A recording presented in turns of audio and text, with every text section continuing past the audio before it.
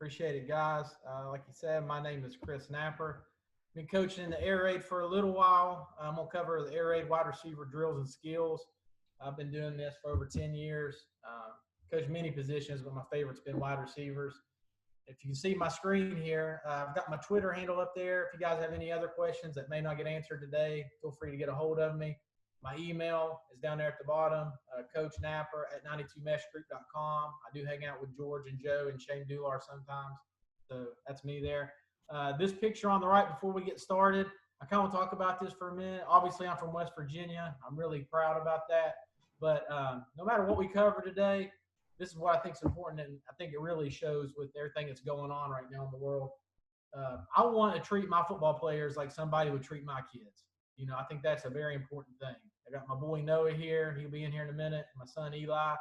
And sometimes that means you got to tell your kids the truth.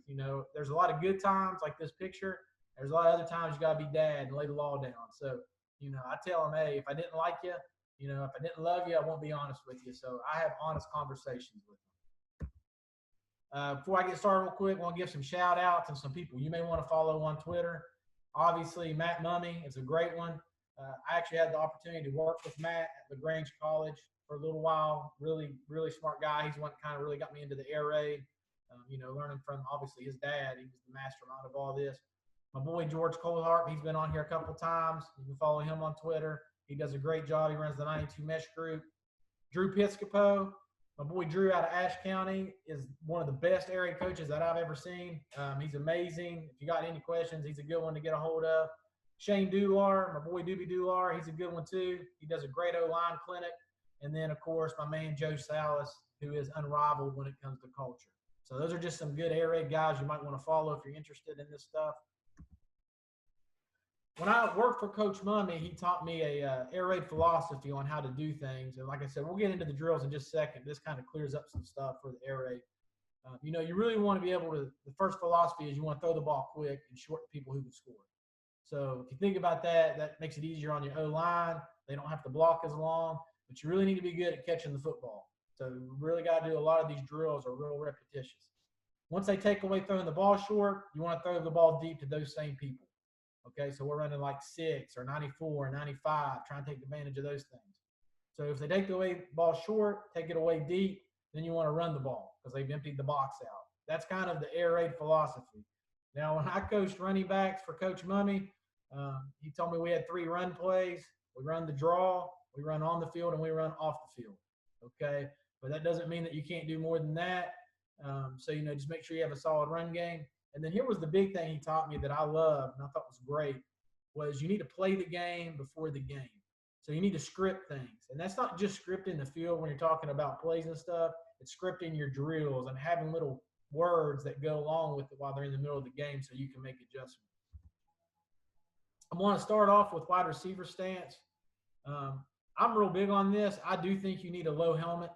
Okay, I got a picture here I pulled off the internet. I don't know these guys. But my man here on the right, coach, is doing pretty good in his stance. You need a low helmet. You want to get below that guy. I'm a firm believer in old school football. Low helmet wins. So you want to get your helmet underneath his helmet. You want to have your hands up. Coach is in a really good position here. We're going to talk about this later, but use your knife. He's got his fist. This player here, his hands are open. Looks like he's about to work a turntable. I tell him, don't work turntables, guys. Have your fist closed like you're holding a knife. You want your feet in your armpit. If you look here, if you can see my pointer, coach is doing a really good job of his feet being inside of his armpit. And when I'm teaching these stances, what I'll do is I'll come up beside them and I'll give them a little shove just to make sure that they're, off base. My man here, he's a little close. If I was to shove him, he's going to fall over or he's going to wobble. He's going to take a false step. So the easiest way to get him on width is, you want your feet inside of your armpits. That'll usually get them the right amount. You want your eyes on the ball. Now, coach here, he's obviously taking a picture here, but his eyes aren't on the ball. My man here, he's looking at the ball. That way you're watching the snap, listening to the count. And then, of course, you want that knee and nose over toe alignment. So, coach, you can tell here he's doing a really good job. His nose is over his front toe, and he's got his knee correctly here. I hear some people talk about your foot.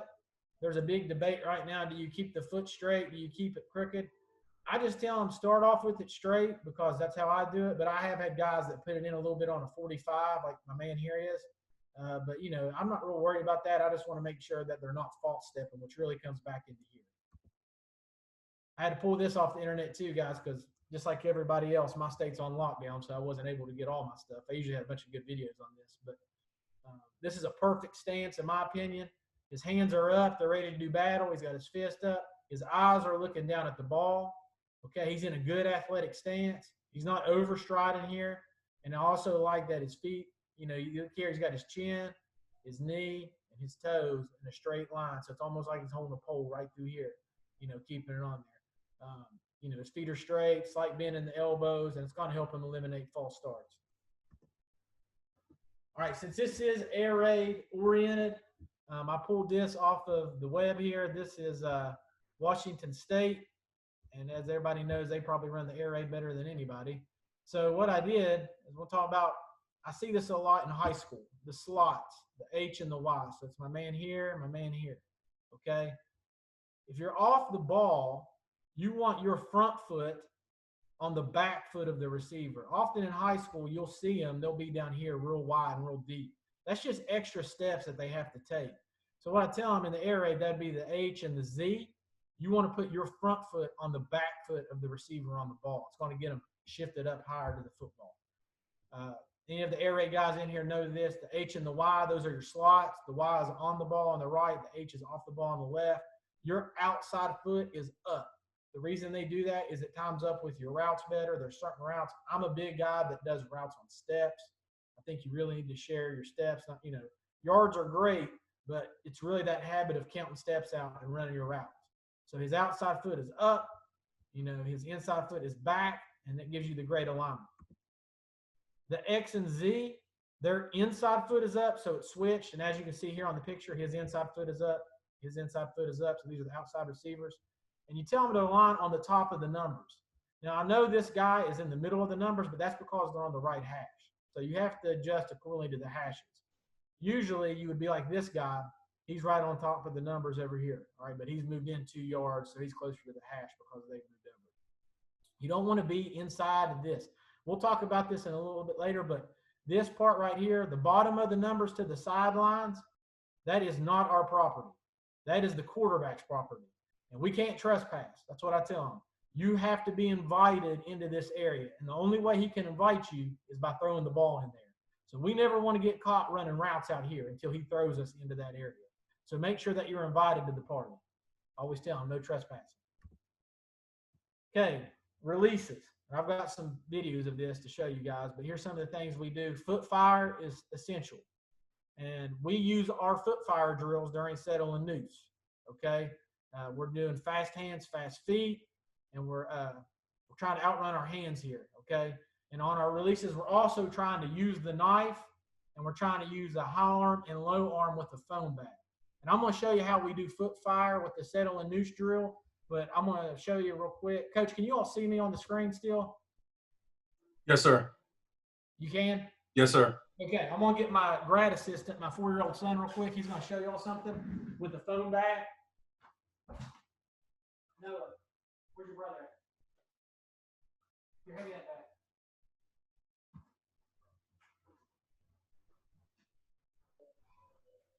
Yeah, come here now. We got these foam bats. You can buy these at Walmart, Dollar General, anywhere. But usually they come like a little bit better. But I use these for release moves with receivers because I got tired of them beating my hands up. This is my assistant coach, Noah. He's 4. Come here. All right, so if he's running his route, we talk about high arms. I put the bat on their arm, and he's going to swipe up, knocking the bat off. Okay? And he's running to talk about low arm. He's running his route. He slaps the bat down. So he smacks it off his hand like that. So if you can see me a little bit here, hold this bat, son. If I'm running my route and I touch my receiver with the bat on a high arm, I want him to come up and rip violently through it. In the same way, if I'm coming down, I'm running my route, I'm going to whip through, boom, down and knock it off their hands. Thank you, buddy. Okay, so that's high arm and low arm with the foam back. The reason I went to the foam back was because I got tired of them breaking my forearms all the time. Okay, and we were on a budget. I didn't have a lot of money, so I had to buy one of those foam bats from Dollar General. And we'll do that in pat and go and noose and all kinds of different things. But as long as you tell them to try to outrun their hands, they'll always be pumping their arms. And then using the knife is when we're working releases. I want their fist clenched when they're doing their releases. We talk about a low arm swim and a rip through. I've got a video of some of this stuff. Like I said, Coach, my video is obviously in my office and I can't get to that. So I had to pull this off the internet here, off YouTube. This is the Texas Tech install, and they're going to be working foot fire. Okay, so I've recorded it for you. This guy does a pretty good job on foot fire. Now, if you notice, he's trying to outrun his hands, and he does what I call putting your ear on your shoulder. So every time he's sticking on that cone, he's firing, boom, he's putting his ear on his shoulder, listening to his shoulder pad for a head nod. Some people call it head nod. We'll actually do this inside of the noose drill, and I'll show you why in a minute. But, these guys do it better than anybody, and they're doing a really good job with the foot fire and the stick.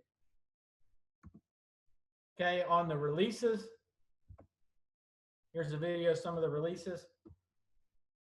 They're going to foot fire. We do this on the same thing on settle and noose and pat and go. And he did what I like to call, that's a rip, and that's another rip, and you're going to see a low arm here in a minute. That's a low arm. So when you're doing your low arm, let me pause this real fast, maybe. When you're doing your low arm, don't act like you got knives in your hands, okay? You don't want them to swim. You don't want them to swim over the top, because when I swim over the top, if I'm wide, they're going to grab a hold of me if they're a good DB. So I want it to pretend like I got knives in my hands, okay? I'm not promoting violence here. I'm just what I teach them. So I tell them when you're foot firing, you come over, you're going to hit with the hand, and you're going to drag your other hand across his hand like you're cutting his forearm with a knife. That's going to get his hands down and you getting around him to rip through. The same thing is when I'm firing my hands and I smack and I'm going to do a rip. I don't want to just rip his hands. I want to rip through like an uppercut and act like I'm cutting the side of him with a knife. That way I start stacking him on my release, because I tell them all the time, you want to win on top again. So if you notice these guys, they're going to release through and they're going to try to start winning on top again. And we're doing this on noose drill. So he's going to foot fire, release, low arm, win on top. And you can do it on a line, and it's going to show them how to get back on top of that line. And I'll scream at them, win on top, when they don't get back on the line. Here it is in a route. He foot fires, hits them with the low arm, and then pat and go drill over the top. Hits them with the low arm and separate. So you can see these done, okay, in order. Now here is the settle and noose hillbilly edition. Okay, so I like this one. This is how I've kind of changed settle and noose drill. It is the most important drill of the day, hands down. It's done in the early stages of practice. I like this to be the first drill that I do because I can get a lot of stuff done in this drill. When I've coached in the past, my head coaches, if they coach defense or whatever, they didn't give me a lot of indie time. I never had time to do my cone drills. So I started incorporating my cone drills during settle and noose. And what I do, if you look here on the right, I set up 3 cones, okay? And we're doing that foot fire drill during noose drill. So our quarterback is here. He's dropping down a line. All right, there's a center here snapping him the ball. We'll work our release, and then I tell them to win on top. And then they're doing that 45-degree foot fire drill that we talked about. And we're going to stick it on my trash can that I've got put down here. And as soon as they catch it, the key to this is called tight turn. I want them to catch that ball and tight turn immediately up the field. Now, I'll be right here, and I'm taking turns because there's another line of them over here. And I'm trying to strip the ball for them, so I want to make sure they have ball security. And I put up an imaginary line, or I'll set up cones back here, whatever, and I want them to visualize scoring.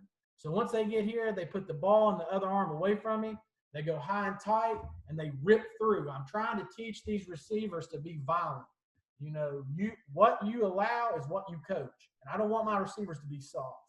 So I try to tell them, hey, run high and tight with the ball, rip through, and practice scoring. But I really like I said, I like doing the foot fire in this drill, and you'll see why in just a second. Let's see if I missed anything here. Oh, on the noose drill, I tell them, let me make sure this thing's still working. What I tell them is I want them to shorten the throw to the quarterback. Okay? So once they stick, I want them to extend their arms, make their noose all the way to the quarterback. That way, I don't believe in PI, okay, on offense. I think if we're getting pass interference, it's our fault. We need to extend our arms out. That way, if they rip through our arms, then it's PI. If I'm trying to body the throw, that's on me. He should be able to hit me as hard as he wants to. So I tell him, you want to settle down and shorten the throw to the quarterback. So I tell them to reach their arms out and catch it with their hands. Then emphasize the tuck, the tight turn by dropping your ear down. Okay, let's move on here now. Here's a video of it, and I'm going to show you why I went to the 45-degree cone. And listen, this is Lincoln Riley and those guys. Uh-oh, maybe not. Okay, so I'm not acting like I know more than Lincoln Riley, but this is their settle and noose drill. And like I said, this is why I went to the cones on this. So I've got my cone set up here. I didn't like this jog effect because everybody that's coached a high school kid knows they're not going to take it as serious as this guy is. And I just didn't like that it was half speed. I mean, it's okay to warm up in it, but I want to see the release, and I want to see that 45-degree foot fire and stick and then catch it. Now, he does a really good job of coming back to the quarterback and tight turning. I like that, shortening the throw, but I want him to explode through this and make him move on me while I try to strip it. Okay? So, and like I said, I'm not pretending like I know more than Lincoln Riley. I'm just trying to save time and work my cone drills inside of settle and noose. And then there's a shot of the quarterbacks doing their thing. Okay, pat and go. I think this is another really important drill. We do it every day. You can start off throwing a fast screen or a slant out of this. I'm just doing the go version right now because I want, that's what everybody likes to see. But we're doing the same thing. So what I'll do is I'll have receiver 1 right here and then the receiver 2 on the top. They'll work that same release. And I tell them, you line on top of the numbers. I didn't draw this very well, but I don't want them staying on top of the numbers. The quarterback owns from the bottom of the numbers to the sidelines. They've got to invite us into that area. Coach had somebody on there yesterday that said they did a study and none of the receivers ever completed a pass out of bounds. And I loved that. I thought that was perfect. But it's the same way. I got to release and I need to be thrown into this area. Okay, now here's the key to this drill. Once I release, if I'm doing an outside release or inside release, I've got to win back on top. Now, I'll be standing over here with that phone back, and as they're running their route, I'll put it on their high arm or their low arm, and they've got to smack that bat off of them. I want them to get used to running routes and smacking defenders' hands off of them. Okay? The second part to this is, once you get a young receiver, they'll try to look back at the quarterback for the football. You want them looking up, not back. You want this to be a hard catch. Everybody says, make it a hard catch, make it a hard catch. So you want them looking up, and then you want to see their heads do this. Okay? And the easiest, everybody says put your eyes on the ball. Okay? If I'm trying to catch a ball over here, I can keep my head straight and pull my eyes this way. I don't like that. I tell them to put your chin on the ball. Because anywhere you move your chin, your eyes go with you. So put your chin on the ball, look up, and see their head snap. Once they complete it, tap their feet, get out of bounds, or keep going vertical. Now, they'll run over here. There'll be another quarterback on this side. The quarterback down here. This is called wisdom, okay, because I've done this for a long time. First time you do this, all these receivers, and Joe South can say amen to this, they'll start throwing the football back at the quarterback. No. Watch them catch it. Tell them to go high and tight so they're working ball security drill. Have them jog to be in front of the quarterback, and then they're going to be the ones that snaps the ball to the quarterback. Okay, that's wisdom. Because if not, there's footballs flying everywhere. They're going to be hitting the quarterback with the ball. You're going to be ticked off. So make sure they're the ones snapping the ball. But if they're not doing high and tight all the way to the quarterback, then they're not doing this drill right. Because I'm trying to work as many drills as I can during this stuff. Here's a video of it. This is, again, East Carolina doing pat and go. They do it a little different than I do. So, like I said, this would actually be a receiver down here. Of course, they've got tons of grad assistants and stuff. So this would be the receiver in line. They're going to work their release. I would be about right here with my back, doing a high arm or a low arm. And then I want them looking up, not back for the ball, because we're not allowed in this area. This is the quarterback's area. If he throws us there, we can get it. All right, and like I said, you don't have to start off with these long throws. You can do a slant. You can do an out. You can do a quick screen. whatever kind of route you want to do first to get the quarterback loose, you can. But this isn't just a bomb. And guys, I'll tell you this: do the long throw second. Do pat and go short and pat and go long, because you never have to tell a receiver, "Hey, I want to go out there and run a deep route." They all want to do that. Okay, so start off doing the quick throw first, the slant or the fast screen, and then they'll want to do the go route. Okay, do we have any questions, Coach? Not right now, Coach. Okay, good deal. Stalking and fast screens. All right, I get this all the time. We call it Randy and Larry's.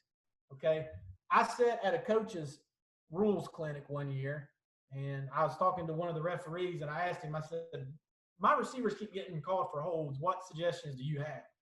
And he told me this. I've never forgot it. He said, hands do not get holding penalties, feet do. And I thought, what the heck does that mean?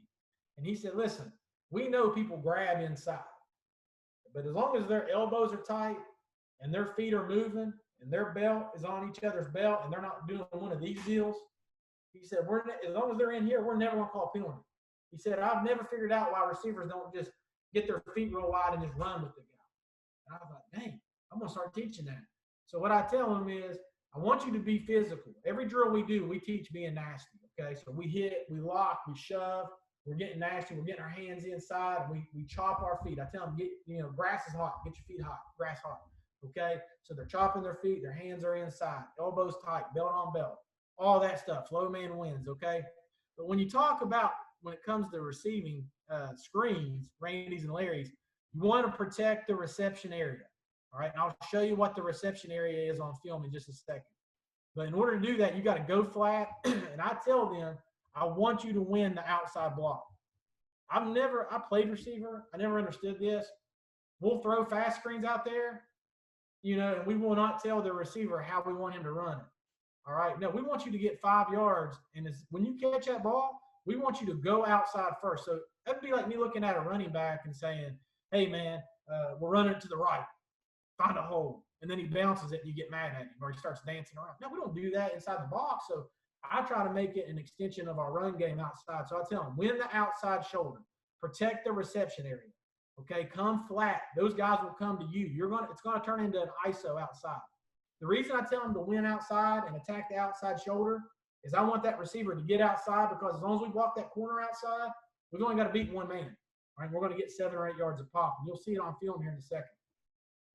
The only time he doesn't go outside is when you can't, okay? So like I said, it's always outside until it's not. So that means that corner has flown out to the numbers. He's almost to the sideline. He's trying to get you to cut it up. Then I tell the receiver, okay, push him out aside. The guy that's receiving the ball, after he catches the ball, he's only allowed 1 cut on fast screens, 1. He makes a cut inside. He wins back on top of the block, and he gets back outside on the numbers because all the bad guys are inside. So, I'm real detailed when it comes to our fast screens. Here's what they look like on film.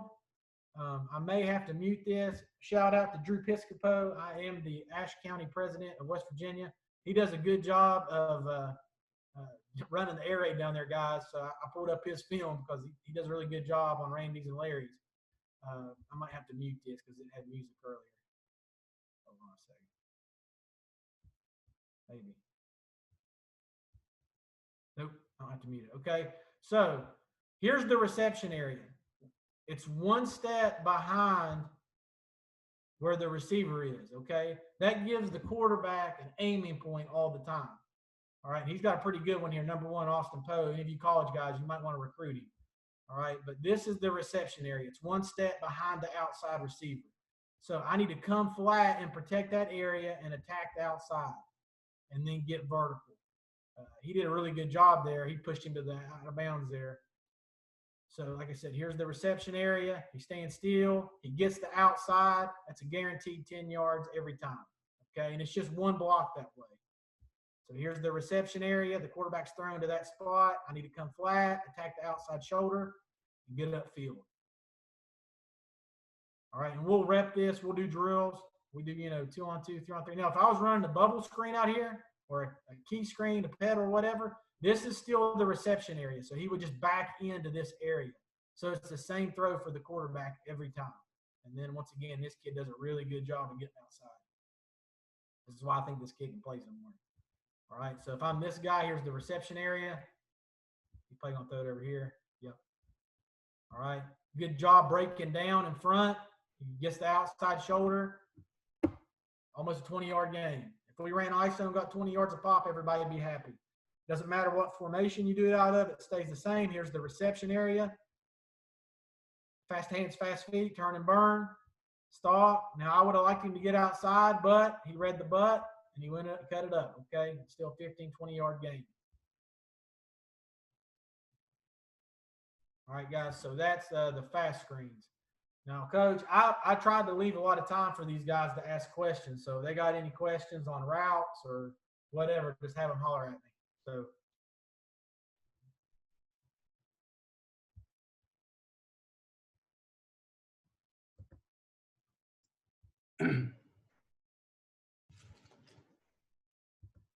What you got, Coach? Somebody got a question? No, we're good. Okay.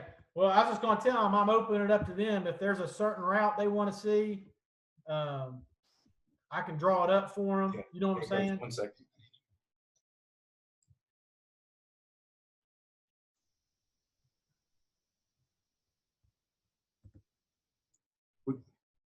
Hold on 1 second, Coach Nap. Go ahead, buddy. Yeah, I got you. Yeah, I'll call you right back. All right, bye. Yeah, sorry about that. Yeah, we got a couple questions coming in. Talk about how you teach 4 verts to each position. Okay, and another shameless plug here. If you go to the 92 Mesh group, Coach Piscopo did a really good job on showing 4 verts. The way I teach it is these outside guys want an outside release on the numbers, and I'm drawing this as good as I can. Okay, they got the verts. We got another vert here. Okay, the inside guys have seam reads. So what does that mean?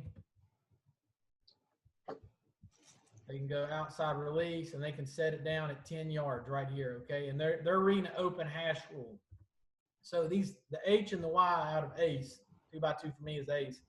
If the free safety drops and he stays on the hash, you can set this down at 10 yards, okay? If he drops off of the hash, like he's trying to take away this go route, or if there's one safety and he just drops vertical or whatever, you continue to go vertical on your route. My outside guys are releasing, okay, and they're running goes. I let the quarterback check things down. So if we're in a soft zone, we can check into hitches, okay? But if not, he's going to outside release and run a go. What I tell them is if they're in like a zone turn, that means they're shuffling out, they're looking at the receiver, they're not looking at the quarterback, the DB. You can run what I call a stop route or a comeback route at 15 yards. So you're going to go 5, 10, 15, curl in like a curl, and you're going to whip back out to the sidelines like a comeback. So if I draw it up, it's going to look like that, okay? A key point to this route when you're running the comeback is you want the outside release, win on top, get vertical, 5, 10, 15.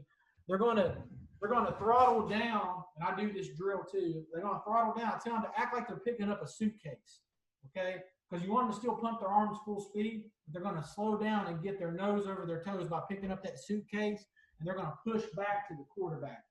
The key for a receiver when it comes to breaking off of routes is you want to teach them how to use their break point on their foot. The break point of your foot is the inside arch of your foot on your shoe. So if you got a shoe, it's that inside part of your shoe right here. You want to push that back to the quarterback. So I'm pushing back to him. And then, of course, we would mirror this on both sides. I tell the quarterbacks to read outside in. They find the lowest corner and attack that side. If we were doing it out of a 3x1, it would look like this, okay? So X, H, and Z would have the same routes. Those would not change. And then I would have my Y. Some people tell him to get to the other hash. I like keeping it simple, and I tell him to run an under Sam, over Mike crossing route. But he's got to come flat on that cross. I know it's a terrible drawing, okay? But he's got to go under Sam, over Mike, and come flat on the crossing route. Now, here's the deal with the under Sam, over Mike, okay? People always say, you got to get under Sam, over Mike, under Sam, over Mike. Guys, here's the easiest way to teach it. Tell him to run at the hip of the Mike linebacker. I want to run directly at his hip. Once I get on his hip, I need to climb him vertically, no deeper than about 12 yards, okay?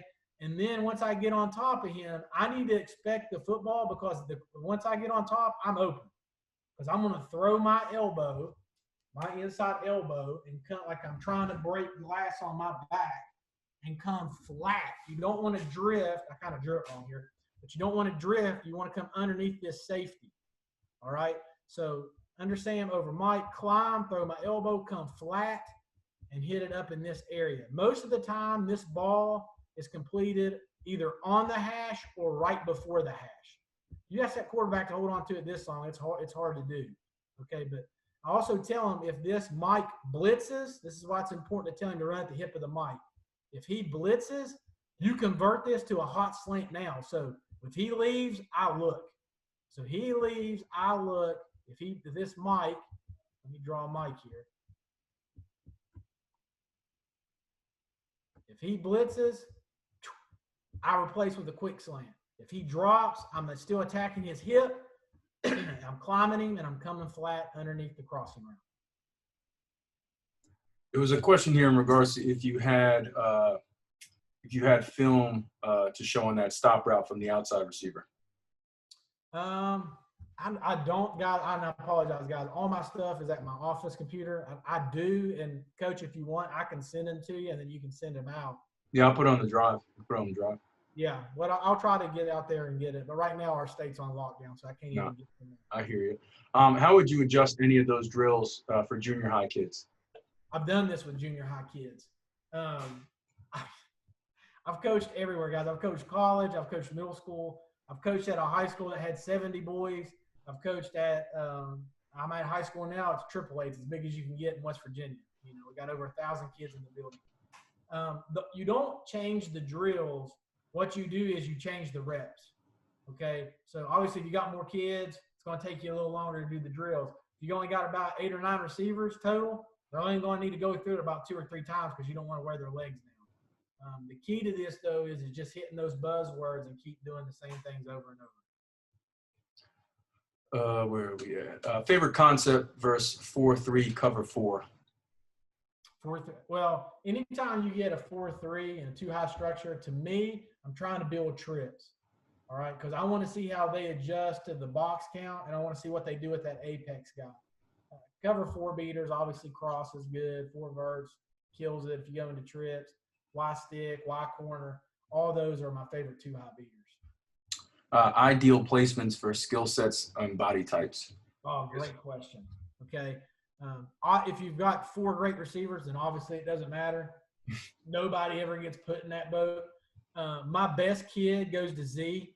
This kid right here off the ball, because I can do some motions and stuff with him. I can do some motions and stuff with the Z. So that's my best receiver, my best route runner. Why? It just depends. Usually if he's a big body guy, that's okay because he's the one that sets the mesh. He runs the cell, the cross. He doesn't have to be the first read on things. So if he's a little bit slower, it's okay. I just need to make sure he has good hands, and it's pretty tough. X is my fast guy. He has to be a burner. If he can catch, awesome. But usually it works like this. Everybody has that tall, lanky kid that catches the ball about 65% of the time, but he can absolutely fly. I put him at X. And then H is my leftover receiver. The last one I've got goes there. Sometimes it's a running back. But, you know, just your typical slot H kid goes here. What's your go-to route concept if you got to get your quarterback out of the pocket due to protection problems? Well, I don't roll a lot. People roll on 94, which is Y cell, and they also boot off of Y cross. And don't get me wrong, I've been there. We've all had protection problems. You know, if I'm having constant protection problems, though, I would do blitz pickup more. I would also suggest talking to Shane Dular. He's a great O-line coach. Vertical set solves a lot of those problems. Coach Mummy has been known to say that vertical setting allows you to die a slow death. Okay, you're just getting ran over slowly. So, you know, inside, outside punch, and just you can either do half man, half slide, or you can do the old air raid where we used to count people out. But if you have to roll, especially at junior high, I would roll off a flood concept. So you can flood weak with cross, you can flood strong with sail. Or I've seen some people flood to fade out even, at younger levels. How are you teaching those receivers to avoid underneath defenders who are being taught to collision and stop the cross? To stop the Y cross? Yes. Well, the good news is if they're really colliding a lot on the cross route, you got to draw the whole shebang up here. Okay, so on 95, like I said, this is not drawn well. I'm not an artist, guys. I am a hillbilly. All right, so if you're getting a lot of that stuff, okay, it's terrible routes. All right, we're on 95. We have the go route, outside release go. We got the sail, we got a cross, and we got a post dig. To me, if we're getting banged in here a lot, nobody's either on the back or they're vacating this hole. So let's drop a mic. Let's drop a wheel. Okay, they're in some type of that. So if this mic is really banging in here or dropping back and hitting him, and this wheel is really driving down and colliding on this like they're so used to seeing mesh, that's a big hole back here for this post curl option. The post curl, you inside release, push up 7 yards, break to the post for 3, and you tell him to look at the quarterback. And as he's looking at the quarterback, he's trying to ID where this linebacker is to find the hole. It's called a hunt route. All right. If he is driving down, he can sit down almost immediately. All right. If he's kind of hitting him and then walling back, he needs to bring it in a little bit. Here's the trick to telling them when to settle, because everybody always asks me this. They're settling down and the quarterback's throwing the ball and they're not paying attention. When that Z comes out of that route, he's got to ID the quarterback first. And what I tell him is this: if the quarterback is looking at you, you keep going across because he's going to throw it. Okay. If he's not looking at you, you can settle it down. So I try to tell him, if he's looking at you, keep running. If he's not looking at you, you can settle it into grass. All right. And it's kind of the same way here with all this stuff. Also, our mesh routes take care of a lot of all that stuff too. And I can show them mesh if they want to see mesh, how I teach it. How are you teaching your Y to run that sail route? Well, on 94, he would run the sail, but the H, I teach them the same way. Their outside foot is up, okay? So if they're facing to the right, their left foot is up. It's 1, 2, 3, 4, 5, 6. On the 7th step, they're putting their ear on their shoulder. So as I'm running, I've got to influence that defender, okay? So I'm outside releasing him, getting on top again, because I got to widen him. Once I get on top, I'm counting 7 steps. Around my 6th step, I need to put my ear on my shoulder to influence that safety, okay? And it's going to roll me out. And I'm going to climb on my 8th step and look up on my 9th for a high ball on the sail. How are you teaching the spot route? The spot route. This post curl back here. Let me see. Hey guys, I'm sorry. For the snag for the snag concept. Oh, for a snag. Okay. Let me go here real fast. Let me fix this up.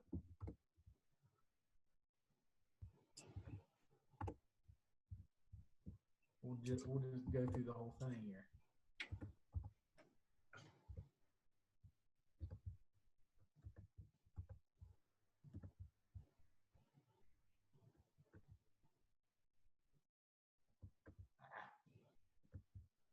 Okay. So that's your F. All right. So what you're going to do, and the question was, what do we do with Z? Okay. This is what they were calling a spot route. He is your third read on this, but you're going to foot fire. So he does his foot fire, influence outside. I tell him to listen to his right shoulder pad, boom, stick. Okay, just like the same drill we were running. And he's going to come flat over where Y started at around 5 yards and sit down. Now, here's the key to this route. Will is not going to sit there. They play defense. They move, okay? As soon as he crosses your face, because he's either going to do one of two things. He's either going to drop back on the corner route, because our man here has a corner route. Okay, so he's running that. All right, and my man here has a free release. Some people call it a shoot, some call it an arrow, some swinging, whatever. Okay, he's running out here. He's either going to drop back on this corner or he's going to fly to this shoot. If not, you've completed the ball. It doesn't matter. Okay, but as soon as this guy crosses your face, as soon as he crosses your face, Z, you turn into noose drill. Throw your hands up, shorten the throw, catch the ball, and tight turn and get vertical. Everybody always asks me about this route. They'll say, I'm not getting a lot of yards on this. That's because they're not sitting down when the wheel crosses their face, or they're not tight turning and they're running into the mic. I know a lot of people will say this, well, what do you do when the mic flies out and tries to take away this? Well, Coach Leach is a lot smarter than I am. He's got a slant on the backside of this, okay? So our quarterback, if we're getting a lot of mics flying out, trying to take away this or the stick, and the wheel's trying to take away the back, we always have this slant area vacated. You got to know where the bubbles are, as George says, where the defense is. So we'll go the way that we read it. I like going 1 to the back, 2 to the corner, 3 to the snag, and then like your quarterback will just see it. Like as he's looking down here, if this guy's flying out, he'll see the blur and he knows he's got this backside slant. A lot of times though, the wheel will either drop or he'll try to sit right here on this. If he does that, you just throw to your back.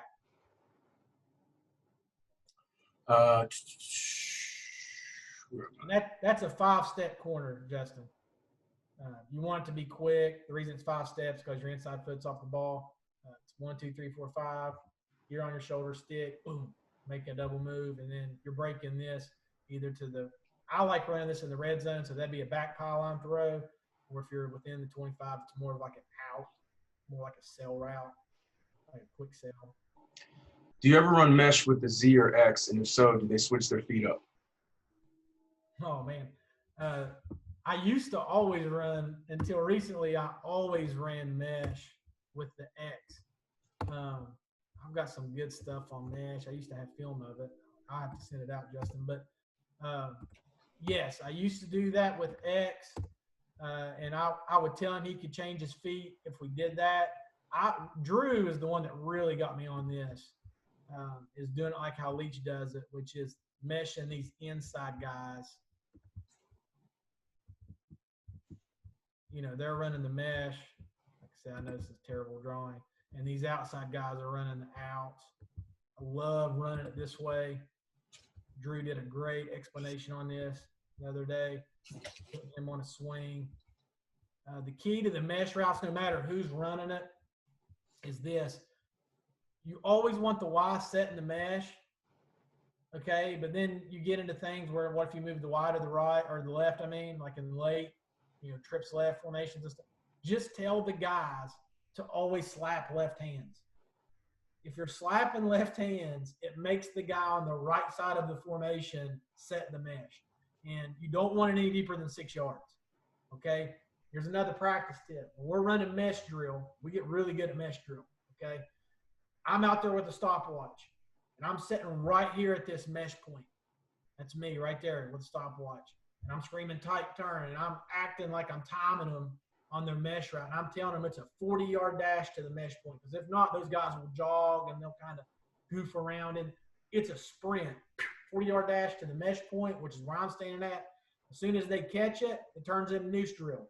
Shorten the throw, tight turn, get vertical. If you're not getting 2 stripes, what I tell them 2 stripes is like, the yard marks on the practice field, 5, 10, you got to score, okay? Tight turn, get 2 stripes. Tight turn, get 2 stripes. But that's how you set the mesh on this. You want to slap left hands. Could you use a whip route by the aides to attack collision and/or man coverage? I've never done that. Neil Brown, when they were at Troy, he did a lot of whips. They called it 92 return, and it was just a tag for him. I'm not trying to speak 4-0, but you know, they would come in here almost like stick. But guys, here's the thing: the way that I teach stick, I've always done it this way. I'm like Leach when it comes to stick. All right, so there's guys with this new RPO stuff. They're teaching stick different, and there's nothing wrong with that. I mean, you know, those guys know what they're talking about. But the way that it was taught to me was you attack the inside shoulder of the defender who's on top of you or whoever the apex is. I don't know where that went. Okay, so like if I got a wheel here, I need to make sure that I'm attacking his inside shoulder. And as soon as I, you know, no more than 4 steps, I can either set that down, like if he's playing in here, or if he flies over, I can whip that out on my 4th step to grass. Mm-hmm.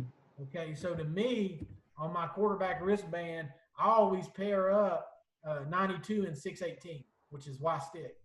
Okay, and it kind of goes back into the same thought process. I've got the shoot going out here. Okay, I've got my go route going here, outside release go. Okay, how are they going to take now?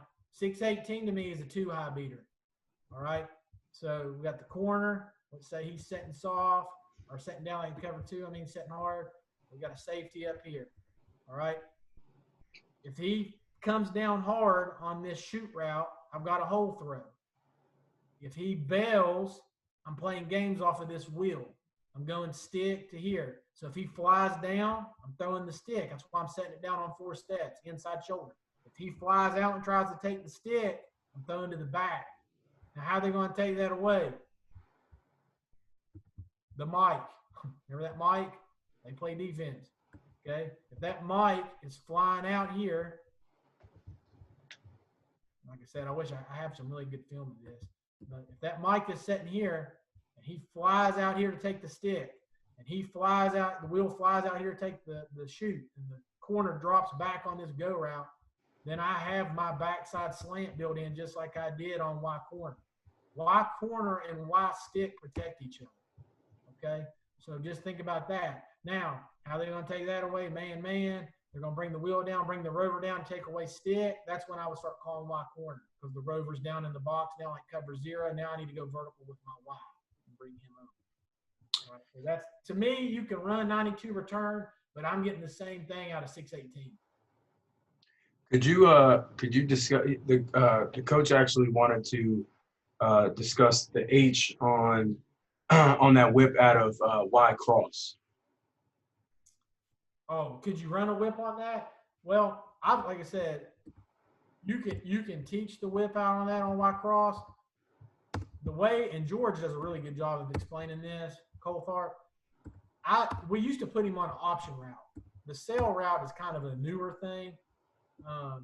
So, Coach, let me talk to you about it like as an option route because I've never done a whip. If I was going to teach a whip route, to answer your question, I would sail it like a slant. Since my outside foot is up, you know, I'm driving 1 step with my inside foot, whipping around with my second. I would take 3 hard steps inside, plant my foot back to the quarterback, and whip back out to the sideline. But the way that we used to run the option route is he would outside release for 3 steps. He could set it down if nobody was there. He could break it out if he felt like this wheel. I would say there's a wheel here now, and the Sam's on the other side. Like that's the Sam. Okay, but let's say this wheel is kind of taking away that sit. You can run the out on it. Now, what they used to do, they'd get pretty smart here because they got tired of us throwing screens and stuff, is they would bring the wheel out here on top of him, and he took away the sit and the out. So then we started finding grass. We started running ends. Okay, if you go back and watch How Mummy when they were at UK with Tim Couch, I can't remember that running back's name. He was the H for them. Scott, I think, was his last name. He was the man at running these routes because he got here and break it in. And, you know, there'd be a big piece of grass because that wheel's so used to this back going out there in the flats on shoot routes and out routes. So he would see this and he would fly out here and he would come inside. But when you're running 95, so you're running that cross route, like we were talking about a minute ago, tack the hip of the mic, coming over here, coming flat. All you're really doing is you're making this wheel wrong. Okay?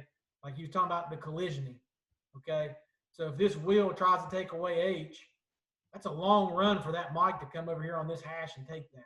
If this wheel drops, okay, you've either got the sail or you've got this option depending on how you want to run it. You know, you can throw this 5 or 6 yard route. If the wheel flies out here and this mic flies out here, and you got the whole shot with the corner, because you got safety playing over here. If the corner comes up, takes away this. Do you ever say a certain amount of steps should get you to a certain amount of yards? Depends on the kid. I mean, there was one cat I had to change steps. He was long. He could run too. We call that a freak. You just do what you do, son. But yeah, I mean, you don't want to overcoach the freaks. Okay, it's a Gunner Brewer thing. Gunner Brewer's a good one to follow too. You got a freak, you let him run. But usually the steps work out. You just got to play with it. And if you guys are doing the air raid route, you're air raiding correctly, you're running routes on air, you're doing 7-on-7, you're going to figure out how many steps those routes come. Don't undersell running one-on-ones because you really figure out their steps on one-on-ones. You can do that when the O-line and the running backs are doing inside run period. Take them down there on the goal line and run one-on-ones.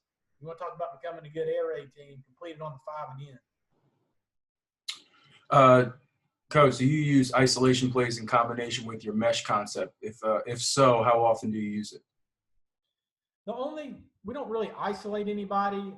The X and the Z can either run out or the quarterback, depending on the safeties. If they're one high safety and he's playing further over here to the right or further over here to the left, he can put them on a post if he sees that grass. He just gives them a signal. Grab your face, mash touch your head, pick your nose, I don't care. But he just tells them it's a post and they can break it off into a post. Good deal.